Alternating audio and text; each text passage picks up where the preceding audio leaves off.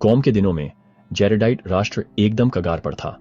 Profits जमीन पर छा गए, चेतावनी देते हुए कि विनाश आएगा अगर लोगों ने पश्चाताप नहीं किया, अगर वे भगवान की ओर वापस नहीं मुड़े और अपनी बुराइयां नहीं रोकीं।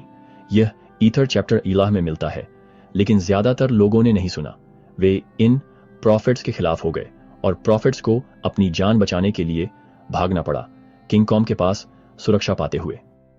अब कॉम ने असल में उनकी बात सुनी, इस वजह से भगवान ने उसे उसके बाकी जीवन के लिए आशीर्वाद दिया। वह अच्छी खासी उम्र तक जिया, अपने बेटे शिबलोम को सिंहासन सौंपते हुए। लेकिन तुरंत ही शिबलोम के भाई ने विद्रोह कर दिया और पूरी जमीन युद्ध में झोंक दी गई। बात और बिगड़ गई। शिबलोम का भाई प्रॉफिट्स के पीछे पड़ गया, हर उस व्यक्ति को मार डाला जो लोगों के विनाश के बारे में बोलता था। और जैसा प्रॉफिट्स ने कहा था, आपदा आ गई, जमीन शापित हो गई और विनाश फैल गया, इतना भयानक कि उनकी हड्डियां मिट्टी के ढेर जैसी हो जाएंगी।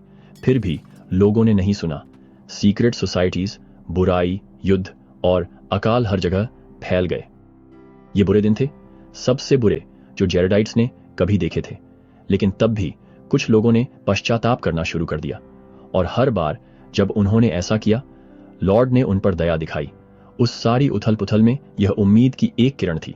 फिर भी शिबलोम मारा गया और सेथ, उसका उत्तराधिकारी, बंदी बना लिया गया, अपने बाकी दिन कैद में बिताते हुए। सेथ का बेटा आहा आखिरकार सिंहासन पर बैठा, लेकिन उसका शासन छोटा और हिंसक था। वह भी अपने से पहले वालों की तरह ही दुष्ट था और खून बहा। उसके बाद एथम ने शासन किया और उसने भी बुराई को चुना। एथम के समय में और प्रॉफिट सामने आए, लोगों से पश्चाताप करने की विनती करते हुए।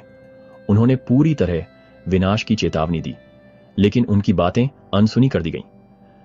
लोगों ने बस अपने दिल कठोर कर लिए। प्रॉफिट्स केवल शोक मना सकते थे और आखिरकार चले गए। एथम ने अपने दिन बुराई में बिताए, फिर मोरॉन को सिंहासन सौंप दिया। मोरॉन ने भी बुरा किया और सीक्रेट कॉम्बिनेशंस फिर से उठ खड़े हुए। एक शक्तिशाली आदमी ने विद्रोह का नेतृत्व किया, राज्य को बांटते हुए। मोरॉन ने जवाबी हमला किया और कुछ समय के लिए नियंत्रण वापस पा लिया। लेकिन एक और शक्तिशाली आदमी, जेरेड के भाई का वंशज, उठ खड़ा हुआ और राज्य अपने लिए ले लिया। मोरन को पकड़ लिया गया, अपना बाकी जीवन एक कैदी के रूप में बिताते हुए। वह कोरेंटोर का पिता बना, जो कैद में ही रहा। कोरेंटोर के समय में प्रॉफिट्स वापस आए, चेतावनी देते हुए कि अगर लोगों ने पश्चाताप नहीं किया